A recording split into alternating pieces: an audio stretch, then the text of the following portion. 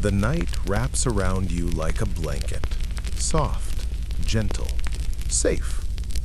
Outside your window, if you were to look, you would see a single moon hanging in the darkness. One moon, one familiar companion in the night sky.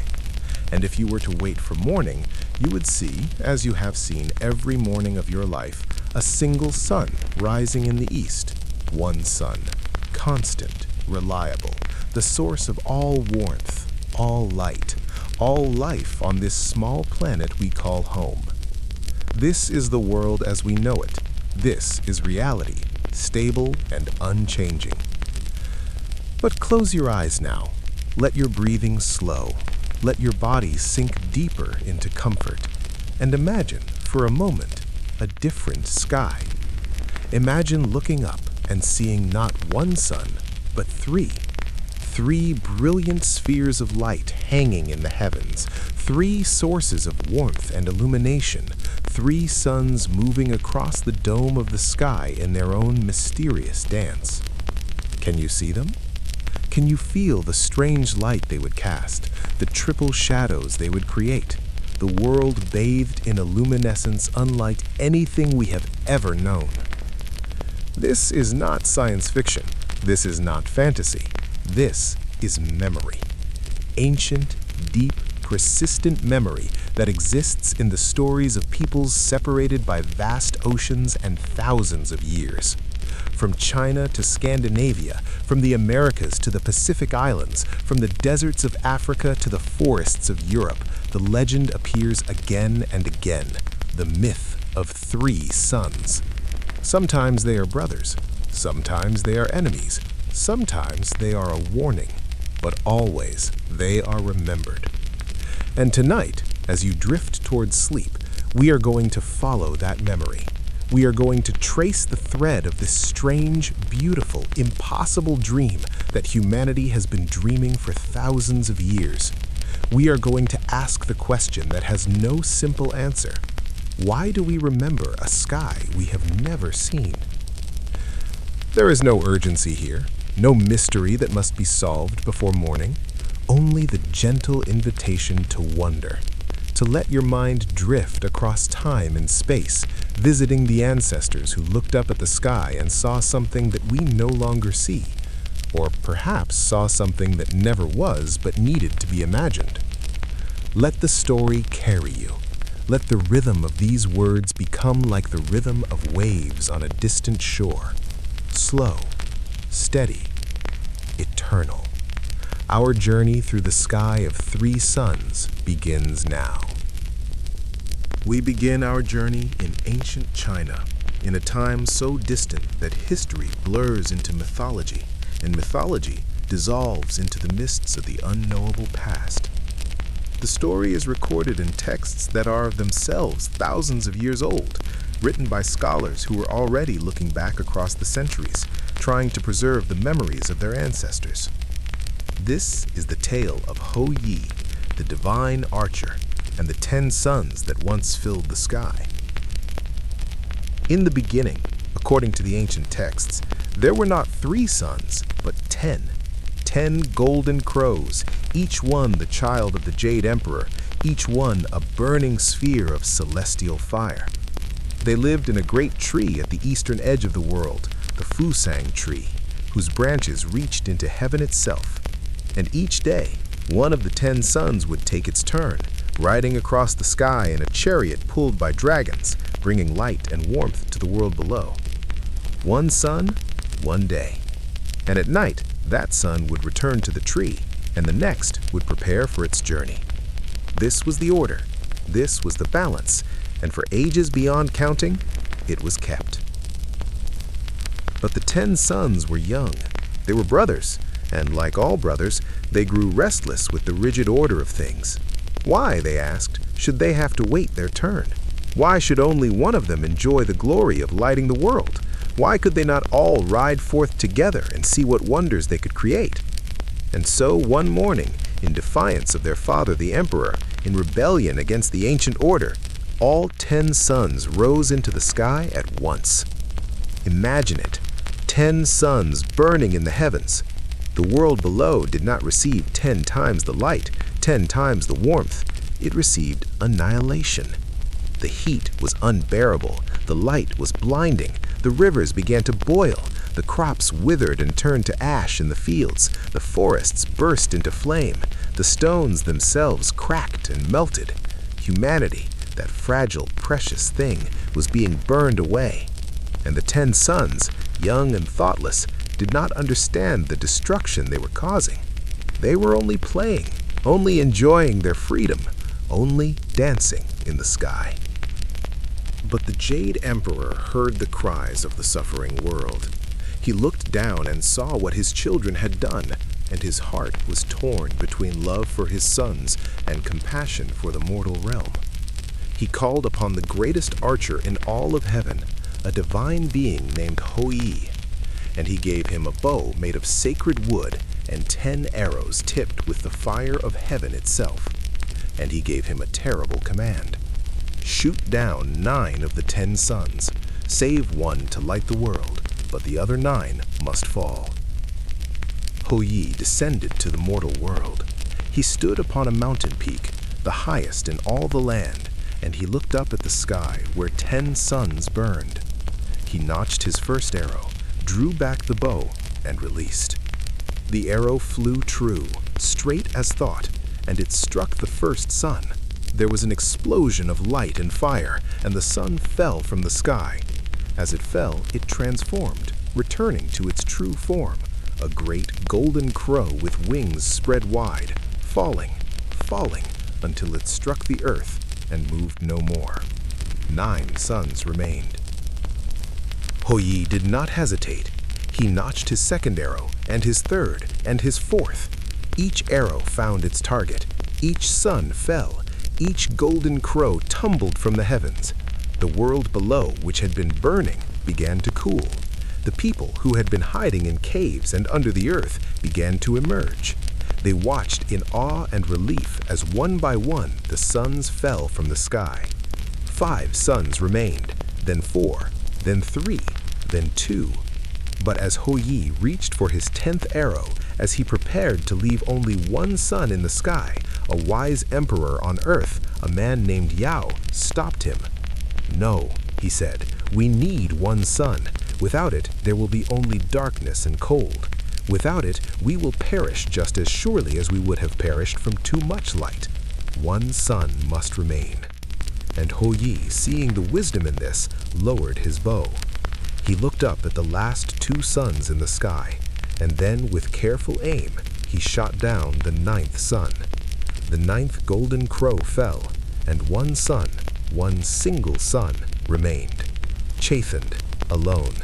And it continues its journey across the sky to this day, the sole survivor of the 10 brothers who once thought they could dance together in the heavens. This is the story as it has been told for thousands of years. But notice something. Notice that there is a moment in this story when 3 suns hung in the sky.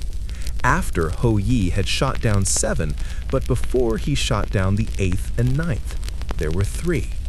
3 suns burning in the heavens, 3 brothers remaining, 3 sources of light illuminating a world that had known 10, that would know 1, but that for a brief, liminal moment knew 3. Why 3? Why does this particular number, this specific moment in the story, resonate? We will return to this question, but first we must travel. We must leave China and journey across the great expanse of Asia, across the steppes and the mountains, until we reach the cold northern lands, where a different people told a different story about the same impossible sky. Let yourself drift with this journey. Let your body relax more deeply. There is a long way to travel, but you need not move. Only listen. Only float. The story carries you. The night holds you. And the 3 suns, wherever they are, whatever they are, shine in a sky that exists somewhere between memory and dream. We are in Scandinavia now, in the lands of ice and stone, of long winters and brief, precious summers. This is the world of the Norse, the Vikings, the people who carved their stories into wood and stone and passed them down through the generations in poems and sagas. And they too, like the ancient Chinese, told of a time when the sun was not alone in the sky. They told of the end of the world. They told of Ragnarök. Ragnarök, the doom of the gods, the twilight of the world. It is one of the most powerful apocalyptic visions in all of human mythology, a time when the old order will collapse, when the gods themselves will die, when the world will be consumed by fire and ice and then be born anew. The Norse understood that nothing lasts forever, that even the gods, even the world itself, must eventually end so that something new can begin. And they described this ending in vivid, terrible, beautiful detail. The signs of Ragnarök are many. Brothers will fight brothers. Father will turn against son. A great winter, the Fimbul winter, will grip the world for 3 years with no summer to break its hold. The great wolf Fenrir will break free from his chains. The serpent Jormungandr will rise from the ocean depths. The dead will sail forth from hell in a ship made of fingernails. And the sky itself will change, for the sun will be devoured. In Norse mythology, the sun is a goddess named Sol. She rides across the sky each day in a chariot drawn by 2 horses, Arvakr and Alsfir, whose names mean early waker and very quick. And she rides fast. She rides urgently because she is being chased. Behind her, pursuing her relentlessly, is a great wolf named Skull. He hunts her across the sky, day after day, year after year, age after age. And sometimes he gets close enough that his shadow falls across her, and this is what causes eclipses. These are the moments when the wolf's jaws nearly close upon the sun. But Sol always escapes. She always outpaces him. The sun continues to rise and set, to mark the passage of time, to give life to the world below. Until Ragnarök. On that final day, Skull will finally catch his prey. His jaws will close upon Sol, and the sun will be devoured. Darkness will fall. But this is not the end of the celestial story, for the moon, Mani, Sol's brother, is also being chased by a wolf named Hati. And on that same terrible day, Hati too will catch his prey. The moon will be devoured. Both lights will be extinguished, and the world will be plunged into absolute darkness.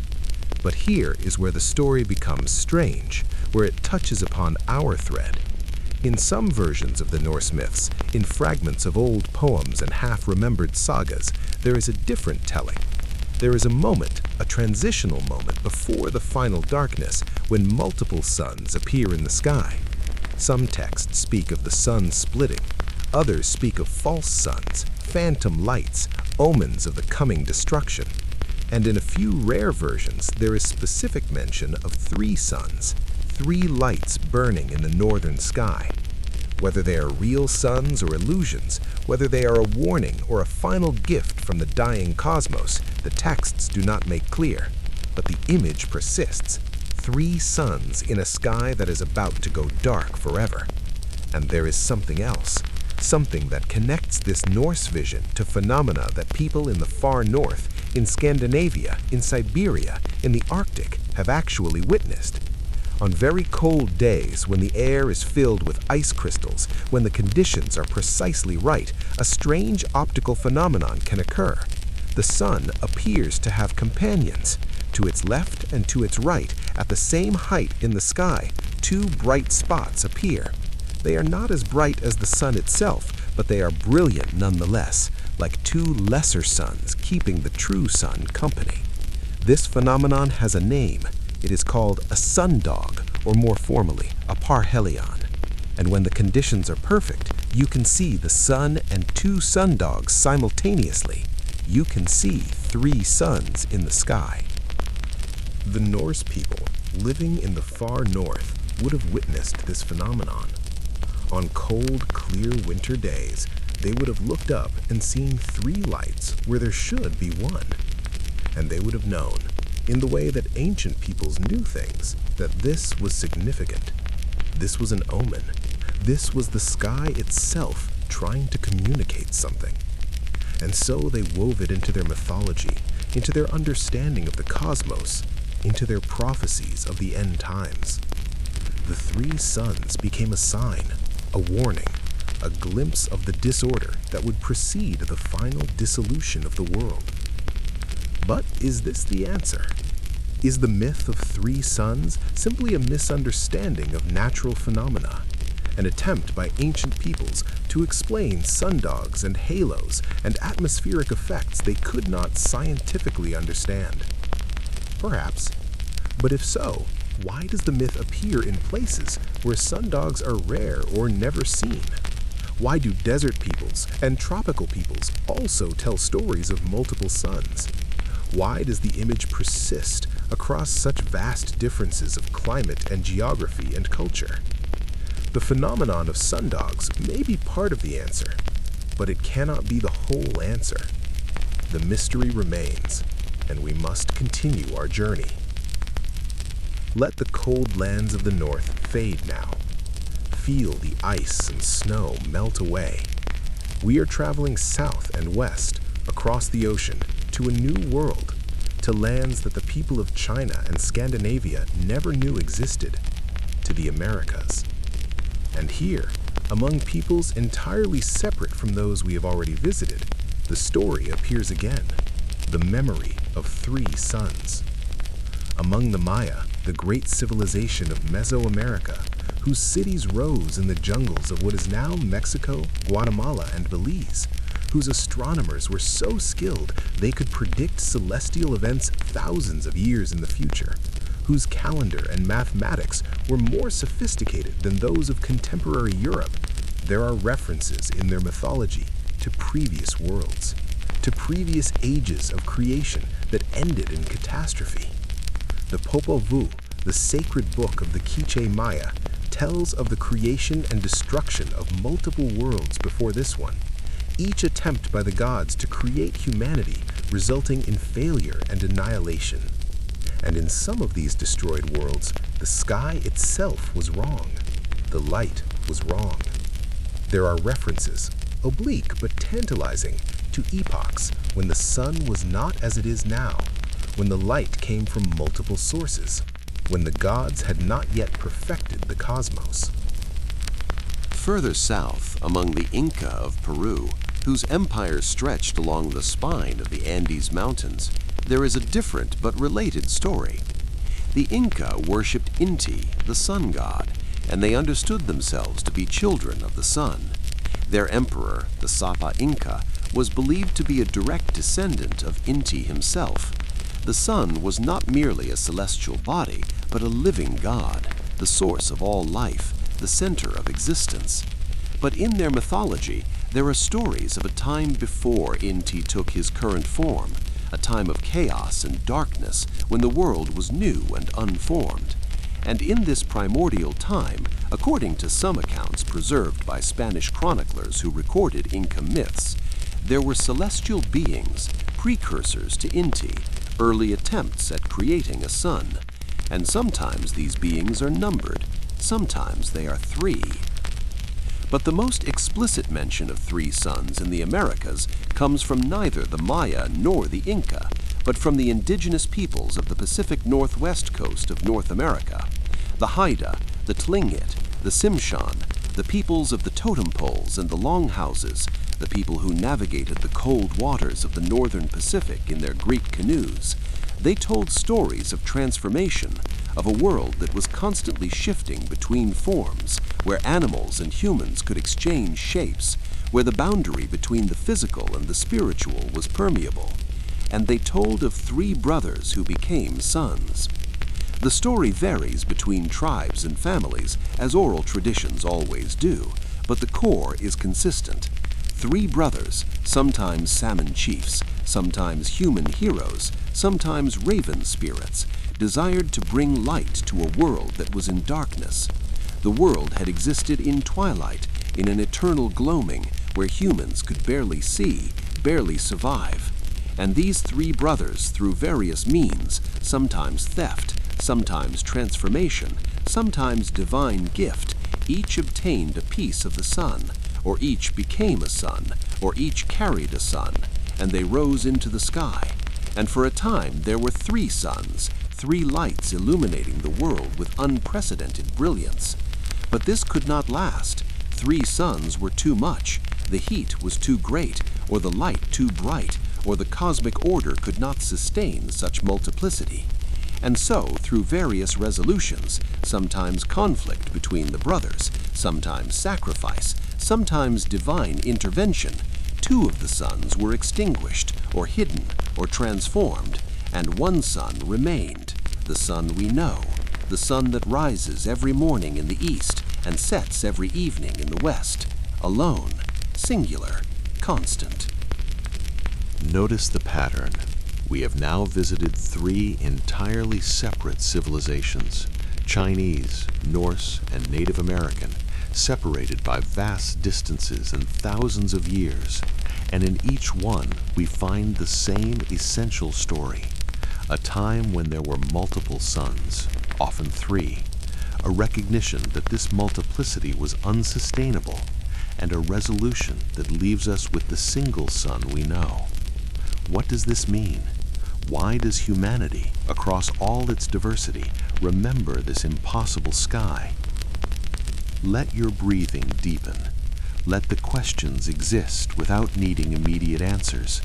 Feel the comfort of not knowing, of existing in mystery. We are not here to solve the puzzle tonight. We are here only to walk through it, to feel its contours, to appreciate its strange beauty. The three suns shine in your mind's eye now. Can you see them? Three golden spheres, three sources of light. What would it feel like to stand beneath such a sky? Would it be terrifying? Would it be beautiful? Would it be both? We must travel once more, this time not to a distant land, but to a different time. We must go backwards, not into mythology, but into history, into the recorded observations of ancient peoples who looked up at the sky and wrote down what they saw. And sometimes, impossibly, what they wrote was this: three suns. In ancient Rome, in the meticulous records kept by historians and natural philosophers, there are accounts of prodigies, unusual phenomena that were believed to be omens sent by the gods. And among these prodigies, multiple suns appear with surprising frequency. In the year 122 BCE, the historian Adonis records that 3 suns were seen.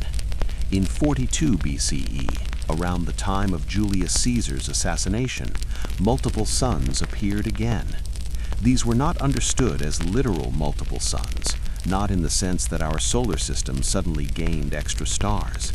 They were understood as atmospheric phenomena, as illusions, as tricks of light and cloud and perspective.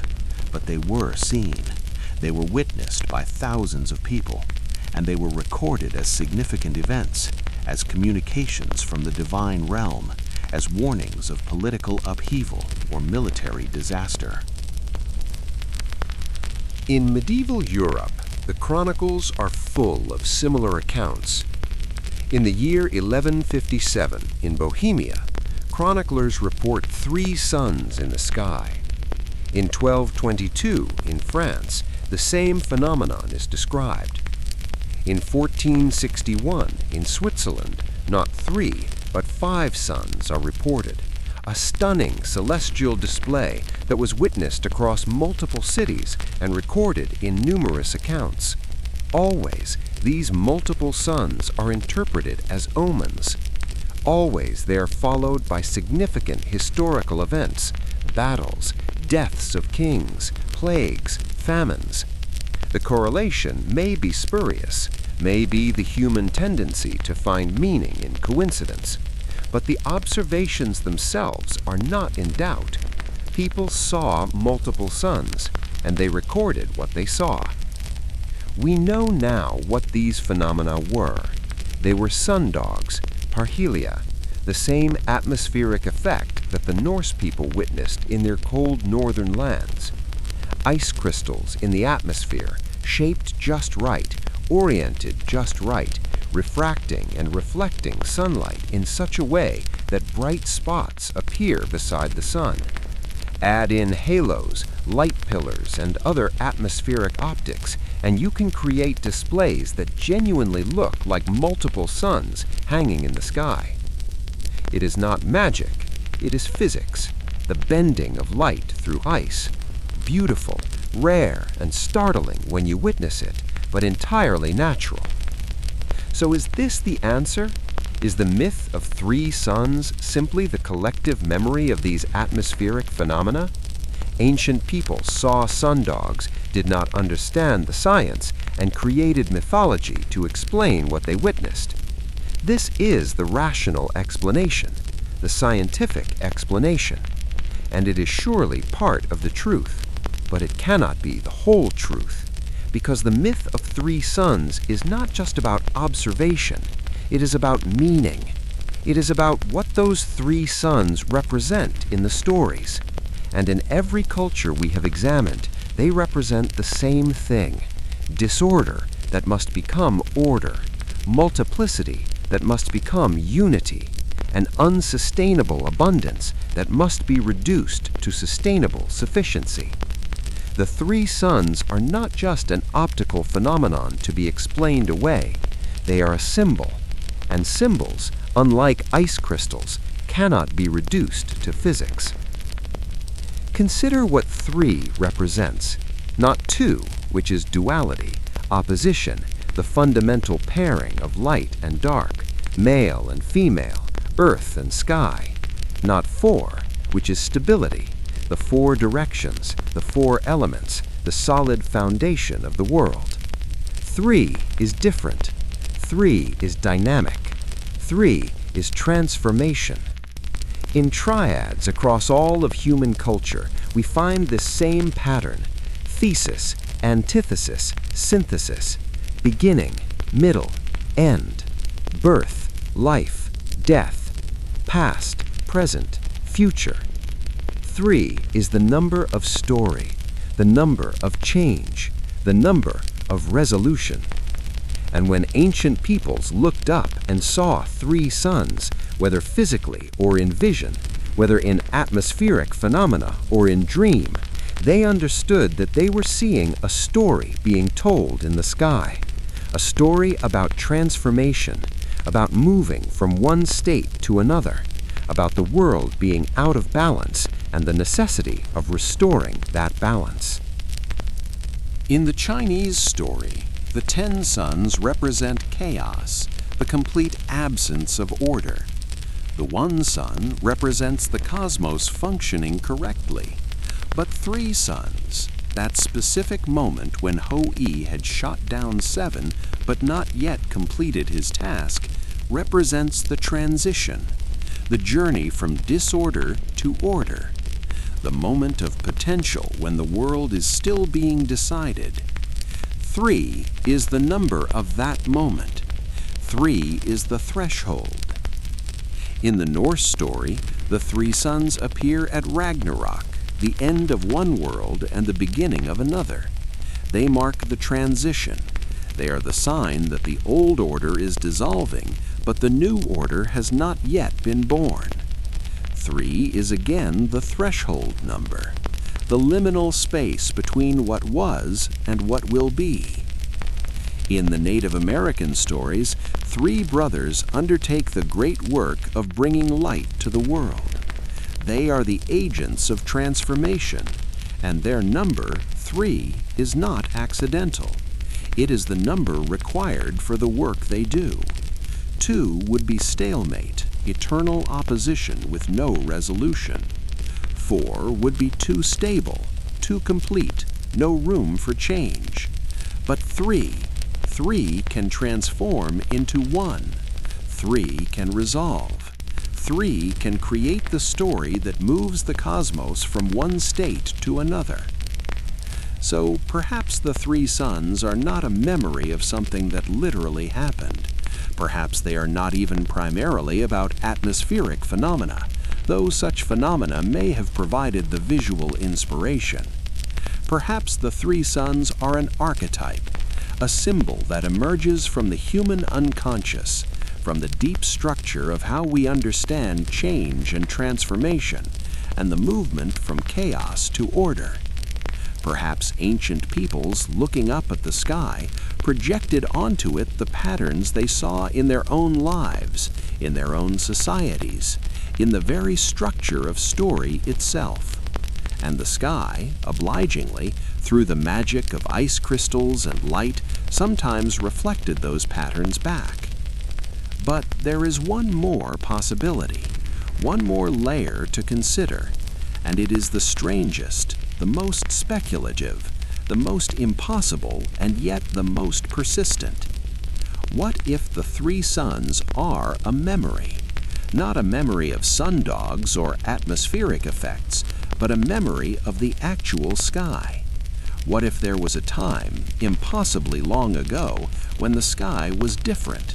When humanity, or some precursor to humanity, looked up and saw not one sun, but three? What if the myth is not symbol, but history, encoded in story because there was no other way to preserve it across the unimaginable gulfs of time? This is the idea that haunts the margins of archaeology and astronomy, that occasionally, carefully, hesitantly is proposed by researchers who know they are stepping outside the bounds of conventional science, but who cannot quite dismiss the pattern they see. The idea that the three suns myth may preserve a memory from before modern humanity, from a time when the Earth's sky was different, or from a time when human ancestors lived under a different sky.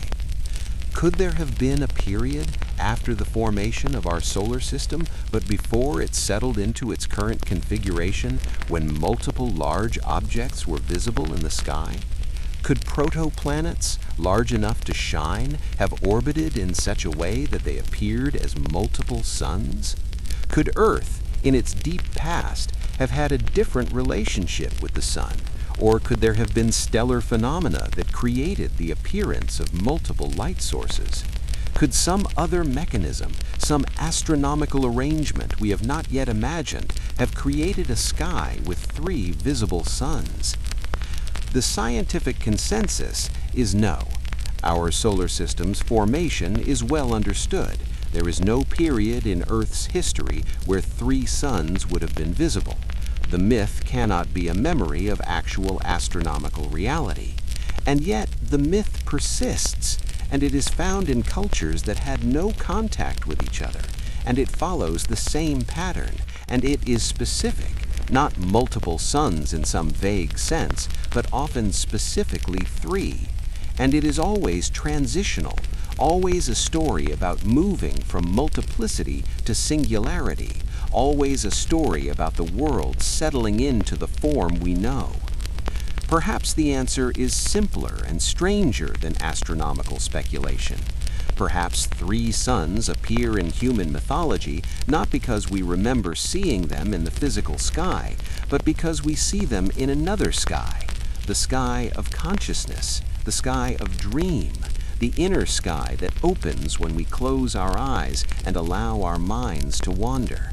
In altered states, in vision quests, in shamanic journeys, in meditation, in the hypnagogic state between waking and sleeping, people across cultures report seeing similar things: geometric patterns, sacred symbols, and lights, multiple lights where there should be one.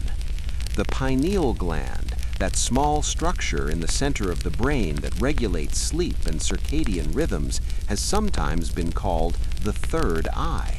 What if it, or structures like it, can generate internal visions of light? What if ancient shamans, ancient mystics, ancient dreamers, journeying into the landscape of consciousness, encountered an internal experience of three suns? And what if they understood this internal experience to be a vision of deep truth, of cosmic reality, and encoded it into mythology. This would explain why the myth is universal, because human consciousness is universal. The structures of the brain that generate these experiences are the same across all peoples. And it would explain why the three suns are always transitional, always symbolic, because they are not external phenomena, but internal processes. The three suns are the psyche's way of representing transformation, of showing the movement from one state of consciousness to another, from multiplicity to unity, from chaos to integration. The three suns are seen not in the sky above, but in the sky within. But perhaps we need not choose. Perhaps all of these explanations are true simultaneously, weaving together into a tapestry more complex than any single thread. Perhaps the three suns are atmospheric phenomena and psychological archetype and encoded memory and symbolic representation all at once. Perhaps the myth is so powerful precisely because it operates on multiple levels, because it touches something real in the physical world and something real in the inner world and something real in the structure of story itself. Perhaps this is why the myth persists, because it is not one truth, but many truths, speaking to different parts of the human experience, answering different questions, serving different needs. And perhaps this is why the myth is beautiful, not because we can solve it, but because we cannot. Not because we can reduce it to a single explanation, but because it resists reduction. The three suns hang in the sky of human imagination, and they shine there still after thousands of years. And they will continue to shine for as long as there are humans to look up, to wonder, to tell stories about the strange lights they see, whether in the sky above or the sky within. Let yourself rest now in that ambiguity. Let the questions remain unanswered. Feel the peace of not needing to know. The three suns are there, in the back of your mind, 3 points of light, 3 sources of warmth, and it does not matter whether they are real or symbolic or atmospheric or psychological or some combination of all of these. What matters is that they are there. What matters is that we remember them. What matters is that across all the vast diversity of human culture, across all the distances of time and space, we share this dream, this vision, this impossible sky. And maybe that is the deepest meaning of the three suns. They are not really about the sky at all. They are about us, about humanity, about the fact that we are all, despite our differences, looking up at the same questions, trying to understand the same mysteries, telling the same stories in different languages. The three suns are a reminder that we are one species, one family, one collective consciousness scattered across a planet, separated by oceans and mountains and language and custom, but united by the strange and beautiful fact that we all wonder. We all dream. We all look up at the sky and see not just what is there, but what might have been there, what could be there, what we need to see there in order to make sense of our place in the cosmos. The night is deep now. Your breathing is slow and even. Your body is completely relaxed. And in the darkness behind your closed eyelids, you can see them, can't you? 3 points of light, 3 suns hanging in an ancient sky. They are warm, they are beautiful, they are impossible, and they are real as any dream, as real as any story, as real as the human need to find meaning in light and pattern and the turning of the heavens. They shine for you now. They have always been shining, and they will shine long after you have drifted into sleep, long after this night has passed, long after all the nights we will ever know. The three suns are eternal, not in the sky above, but in the sky of human memory. And that sky never sets. That sky never fades. That sky holds all the stories we have ever told and all the stories we will ever tell. And tonight, the story it tells is simple and profound. Once, impossibly, there were three suns, and they were beautiful, and we remember. Sleep now. Let the three suns watch over your rest. Let them illuminate your dreams with their triple light. Let them remind you, as you drift in that place between waking and sleeping, between consciousness and unconsciousness, that you are part of something ancient, something vast, something connected across all the boundaries that seem to divide us. You are a human being, and humans dream of three suns.